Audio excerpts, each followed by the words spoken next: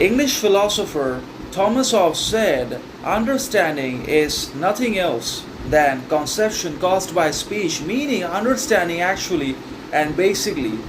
can be considered to be a kind of conception that's caused by speech, behavior, communication, and obviously relationships in one way or another. And that means without the employment of speech, dialogue,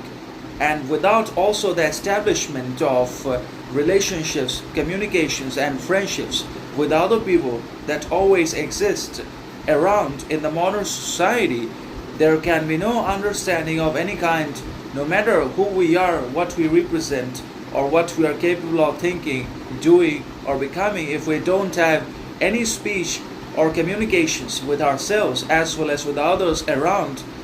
then there won't be any understanding of any kind. There cannot be understanding and the bridge of kindness, compassion, and benevolence if there is no, in the first place, speech, communication,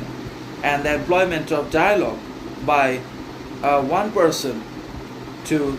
another. So that's how it works, and that means understanding is also a kind of conception that arises in the mind out of its speech and dialogue, and that means out of the mind's ability to communicate and to establish dialogue and speech with the other party or the other people around, it also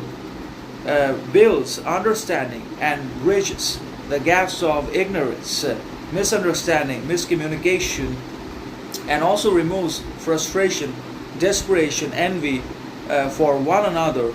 and again reclaims or builds new and authentic relationships, genuine connections, and meaningful bonds, and the list just goes on. And that means understanding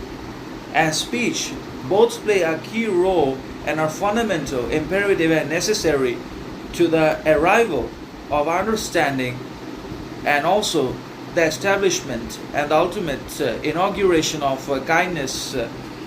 and behavior and compassion in the world. So understanding is not direct, it's a process of speech. If there is no application of speech by anyone in the world because of their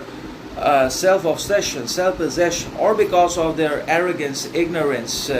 weaknesses, deficiencies, etc., then there won't be either any kind of understanding between anyone under any circumstances and situations. And that's why we have to have the willingness, the determination, the desire that tells us to constantly communicate and employ speech for everyone.